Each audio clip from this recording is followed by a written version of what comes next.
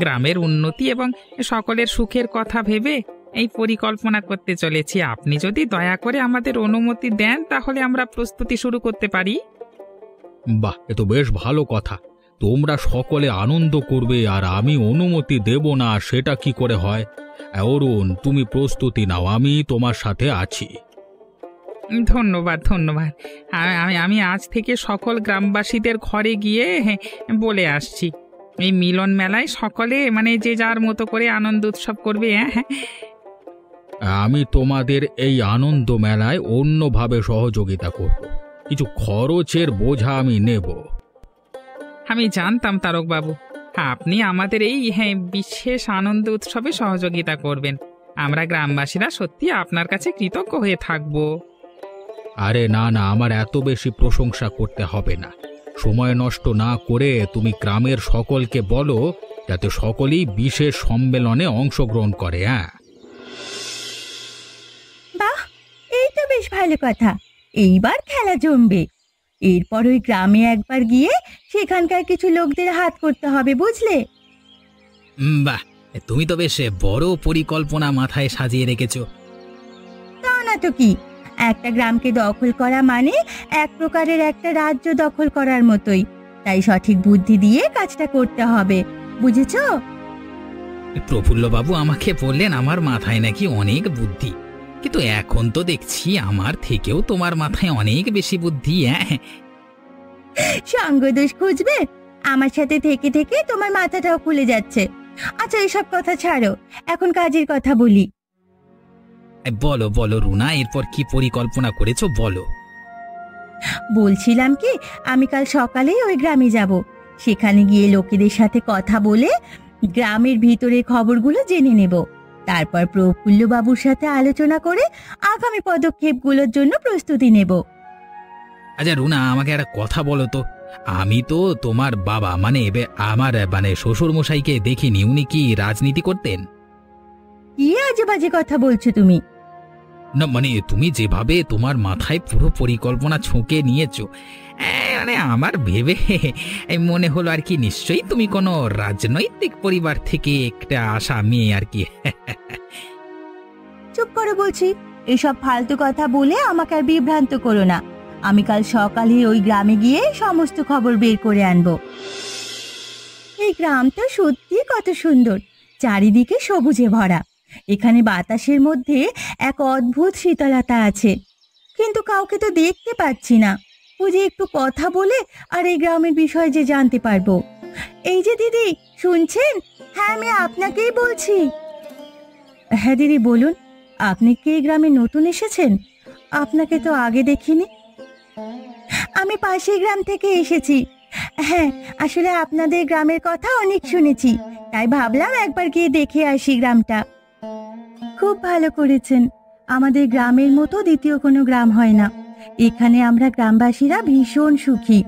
ওই যে বলে না, শস্যপূর্ণ বসুন্ধরা, আমাদের গ্রামটা তাই। এই মহিলার থেকে আমি গ্রামের সমস্ত খবর বের করে নিতে পারবো। কি ভাবছেন দিদি? না না, কিছু না। বলছিলাম, এই গ্রামের মোড়ল কোথায় থাকেন আর উনি কেমন মানুষ? আমাদের গ্রামের মোড়ল হচ্ছেন তারকবাবু। উনি খুব ভালো মানুষ। ওনার তত্ত্বাবধানে আমাদের গ্রামে অনেক বিকাশ হয়েছে। যেমন আর্থিক দিক দিয়ে তিনি ধনী, ঠিক তেমনি মনের দিক দিয়েও অনেক ধনী।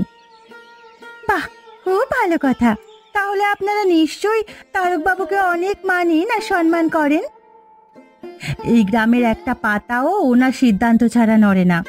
ওনার এই গ্রামের প্রতি ভালোবাসা আর অবদান তো আছে, তাই আমরা গ্রামবাসীরা তারকবাবুকে অন্য চোখে দেখি।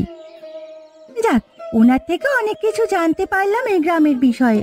এবার আমি ফিরে গিয়ে প্রফুল্লবাবুকে জানাই। আপনি কিছু বললেন আমাকে? না না, ধন্যবাদ আপনাকে। আপনার সাথে কথা বলে খুব ভালো লাগলো। আজ আসি, অন্য কোনো দিন আপনার সাথে আবার দেখা হবে। নিশ্চয়ই দেখা হবে। নমস্কার, আমি প্রফুল্ল, পাশের গ্রাম থেকে এসেছি। আপনাদের গ্রামটা খুব সুন্দর। আমার এই গ্রামটা ভীষণ ভালো লেগেছে, তাই ভাবছি এখানে কিছুদিন থাকব। হ্যাঁ, আমাদের গ্রাম সত্যি অভিনব। নমস্কার বাবু, তবে আপনার নামটা জানতে পারি? উনি হচ্ছেন পাশের গ্রামের মোড়ল প্রফুল্লবাবু, আর আমি ওনার সহকারী রতন। আমাদের গ্রামের মোড়ল তারকবাবু একজন ভদ্র এবং ভালো মানুষ। আমরা গ্রামবাসীরা ওনাকে ভীষণ সম্মান করি। আমি ওনার বিষয়ে অনেক শুনেছি। যাক, যেটা বলতে এসেছিলাম, আমার অনেক বিষয় সম্পত্তি আছে। আপনাদের গ্রামের মোড়লের থেকেও আমার আমার অনেক পরিস্থিতি ভালো। হ্যাঁ, বলছিলাম আমাদের প্রফুল্লবাবু ভীষণ ভালো মানুষ। হ্যাঁ, উনি আপনাদের সকলকে সহযোগিতা করতে চান এবং তার বিনিময়ে আপনাদেরও সকলের সহযোগিতা আশা করেন। রতন, তুমি ওনাদেরকে আমার তরফ থেকে বকশিস দিয়ে দাও। হ্যাঁ হ্যাঁ বাবু, হ্যাঁ দিচ্ছি। বাহ, বেশ। এই প্রথম আমাদেরকে কেউ টাকা দিল। আরও পাবে, এভাবেই প্রফুল্লবাবুর পাশে থেকো। নিশ্চয় আমরা প্রফুল্লবাবুর পাশে সব সময় থাকব। আপনারা কি করছেন কি? উনি একজন অচেনা মানুষ, পাশের গ্রাম থেকে এসে আপনাদেরকে টাকার লোভ দেখালো, আর আপনারা ওনার কাছে বিক্রি হয়ে গেলেন। একটি বারও তারকবাবুর কথা ভাবলেন না? ছি ছি ছি ছি।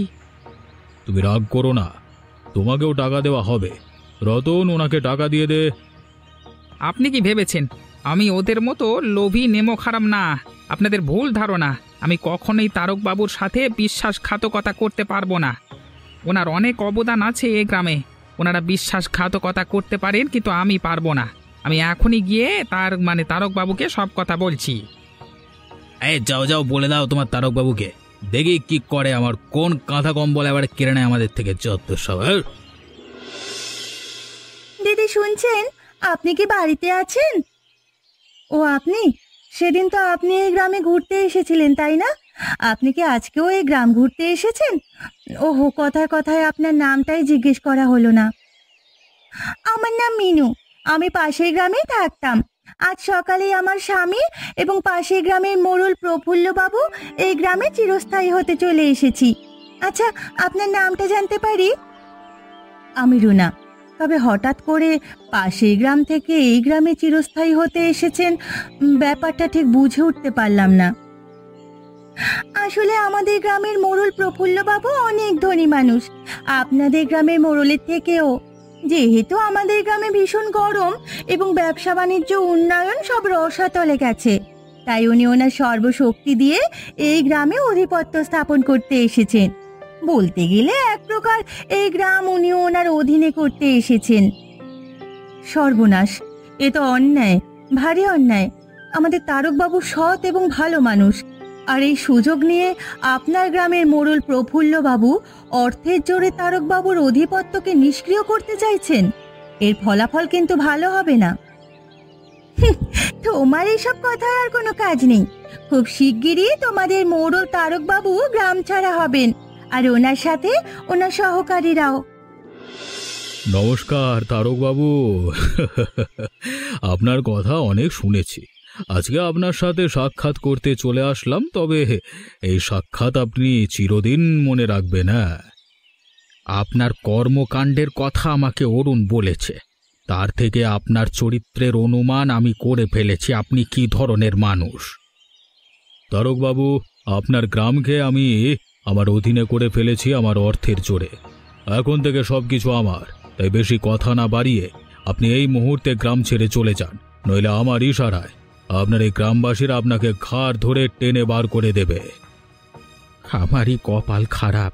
সারা জীবন আমি যাদের জন্য এত করেছি, তারাই বহিরাগতদের হাতে বিক্রি হয়ে আমার বিরুদ্ধে ষড়যন্ত্র করছে। তবে এই অন্যায়ের শাস্তি একদিন সবাইকে পেতে হবে। আমি আপনার অবান্তর কথা শুনতে আসিনি তারকবাবু। ভালোয় ভালোয় আপনি সকালেই গ্রাম থেকে চলে যাবেন, নইলে কিন্তু আপনার সাথে খুব একটা ভালো কিছু হবে না। আমি এক্ষুনি চলে যাচ্ছি। আমি আর এ গায়ে ফিরব না। আমার সব থেকে বড় দুঃখ যে যাদের আমি এত বিশ্বাস করলাম, তারাই আমার সাথে বিশ্বাসঘাতকতা করলো। তারকবাবু, আমি এবং আমার স্ত্রী রুনা আমরাও আপনার সাথে গাঁ ছেড়ে চলে যাব। আর কেউ মনে রাখুক আর না রাখুক, আমরা আপনার অবদান মনে রেখেছি। তাই আপনার এই কঠিন সময়ে আপনি আমাদেরকে সব সময় পাশে পাবেন। বাহ, সত্যি এই বিপদের সময় যে তোমাকে আমি পাশে পাবো সেটা আমি ভাবতে পারিনি। অন্তত কেউ তো আমার বিশ্বাসের মান রেখেছে। তারকবাবু, আর এখানে এক মুহূর্ত থাকা ঠিক হবে না। চলুন আমরা এখনই বেরিয়ে পড়ি। ওরে রতন, আমার এই কাশিটা কিছুতেই কমছে না রে। আরে এখানে কত আশা করে এসেছি, কিন্তু এখানে যা বৃষ্টি আর ঠান্ডা আবহাওয়া, আমি অসুস্থ হয়ে পড়লাম তো। ঠিক বলেছেন, আমার এবং মিনুর শরীরটাও ভালো থাকছে না। কত ছলচাতুরি করে এ গ্রাম দখল করে নিলাম, আমরা আর শেষমেশ আমরা অসুস্থ হয়ে পড়লাম। আসলে এই গ্রামের আবহাওয়া আমাদের ঠিক সইছে না, বুঝলি? ওরে রতন, আমার মুখ দিয়ে রক্ত পড়ছে রে। কি হলো? আমার নিশ্চয়ই জটিল রোগে ধরেছে। রতন, আমাকে বাঁচা, আমি মরতে চাই না রে রতন। প্রফুল্লবাবু, আপনি উত্তেজিত হবেন না, ধৈর্য ধরুন, আমি দেখছি কি করতে পারি। ওরে রতন, আসলে আমার পাপের শাস্তি আমি পাচ্ছি রে, তাই প্রায়শ্চিত্ত করতে চাই। আমরা তারক বাবুর সাথে যা অন্যায় করেছি তার ফল শুধু এই ভোগান্তি। আমি মিনু, আপনার সাথে বিশেষ কথা বলার জন্যই এতটা পথ হেঁটে এসেছি। আবার কি উদ্দেশ্যে তুমি আমাদের এখানে এসেছো? আমরা এখানে যেভাবেই আছি, ভালো আছি, সুখে আছি। আবার কেন আমাদের শান্তি ভঙ্গ করতে এসেছো? তারকবাবু, আমায় ভুল বুঝবেন না। আসলে প্রফুল্লবাবু আমাকে পাঠিয়েছে। ওই গ্রামের পরিবেশ এবং বিগত কিছুদিন ধরে এত বৃষ্টি হচ্ছে যে প্রফুল্লবাবু গুরুতর অসুস্থ হয়ে পড়েছেন। ওই গ্রামের পরিবেশের সাথে প্রফুল্লবাবুর শরীর কিছুতে তাল মিলিয়ে উঠতে পারছে না। মিনু, তুমি সত্যি করে বলো তো, তুমি যা বলছো তার পিছনে নতুন করে কোনো ষড়যন্ত্র করছো না তো? রুনা, আমি আমার স্বামীর দিব্যি দিয়ে বলছি, আমি সত্যি কথা বলছি। আমি আপনাদের সকলের কাছে ক্ষমা চাইছি আর বিনীত অনুরোধ করছি যেন আপনারা সকলে একবার ওই গ্রামে ফিরে আসুন। বলছি কি, ও যখন ওর স্বামীর দিব্যি দিয়ে বলছে, তখন নিশ্চয়ই আমাদের ওর কথা বিশ্বাস করা উচিত। অরুণ, তুমি জানো আমার সাথে যা ঘটনা হয়েছে, এরপরে বিশ্বাস আর অবিশ্বাস এই দুটো শব্দকে আমার জীবন থেকে বহিষ্কার করেছি আমি। আমি জানি তারকবাবু, আসলে আপনার সাথে যা ঘটেছে তার পিছনে আমারই বুদ্ধি ছিল, কিন্তু আজ আমি আপনাদের সামনে স্বীকার করে কিছুটা পাপের বোঝা থেকে মুক্ত হলাম। এবার দয়া করে আপনারা সকলে ফিরে চলুন। বাবু, ও যখন এত করে বলছে, তাহলে সকলে একবার ও গ্রামে ফিরে আসি, ঘুরে আসি গিয়ে। চলুন। এ প্রফুল্ল বাবু, আপনি আমাদের ডেকে পাঠিয়েছেন? তারক বাবু, আপনি আমাকে ক্ষমা করে দিন, শুধু আমাকে নয়, আমাদের সকলকে। তারকবাবু, আমি আপনার সাথে বিশ্বাসঘাতকতা করেছি। আমি জানি আমার ভুলের কোনো ক্ষমা হয় না, কিন্তু তাও যদি একবার সম্ভব হয়, আমাকে ক্ষমা করে দিন। তারকবাবু, এই মুখটা আপনাকে দেখানোর সাহস ছিল না, কিন্তু একটি বার আপনার ক্ষমা না চাওয়া শান্তি পাচ্ছিলাম না। যদি সম্ভব হয় ক্ষমা করে দিন। বেশ, তোমাদের সকলের অনুশোচনা দেখে আমি তোমাদের ক্ষমা করে দিচ্ছি। আপনার সাথে আমি অনেক ছলচাতুরি করে গ্রাম থেকে বার করে দিয়েছিলাম। আপনার থেকে যা কিছু নিয়েছিলাম সব কিছু আপনাকে ফেরত দিয়ে দিলাম। আমি আর রতন আর আমরা সব যারা এসেছিলাম এই গ্রাম ছেড়ে চলে যাচ্ছি। কিন্তু আপনাকে আমি এই অবস্থায় যেতে দেব না। আপনি আগে ভালোভাবে সুস্থ হয়ে নেন, তারপর আপনি আপনার গ্রামে ফিরে চলে যাবেন। ধন্যবাদ তারক বাবু, সত্যি আমার নিজের উপর ঘৃণা হচ্ছে ভাবলে যে আমি আপনার মতো মানুষকে ঠকিয়েছি। প্রফুল্ল বাবু, তবে আপনার আমার একটা কথা মানতেই হবে। কি কথা তারক বাবু? আপনি হুকুম করুন, আর সব কথাই মানব আপনার। বলুন। আপনি সুস্থ হয়ে গ্রামে ফেরবার পর সারা গ্রামে গাছ রোপণ করবেন। হ্যাঁ, কি করবেন তো? নিশ্চয় নিশ্চয়, শুধু আমার গ্রামে নয়, আশেপাশের সমস্ত গ্রামে আমি গাছ রোপণ করব, কথা দিলাম। এমনই মজার মজার গল্প দেখতে আমাদের চ্যানেলটিকে সাবস্ক্রাইব করতে ভুলবেন না।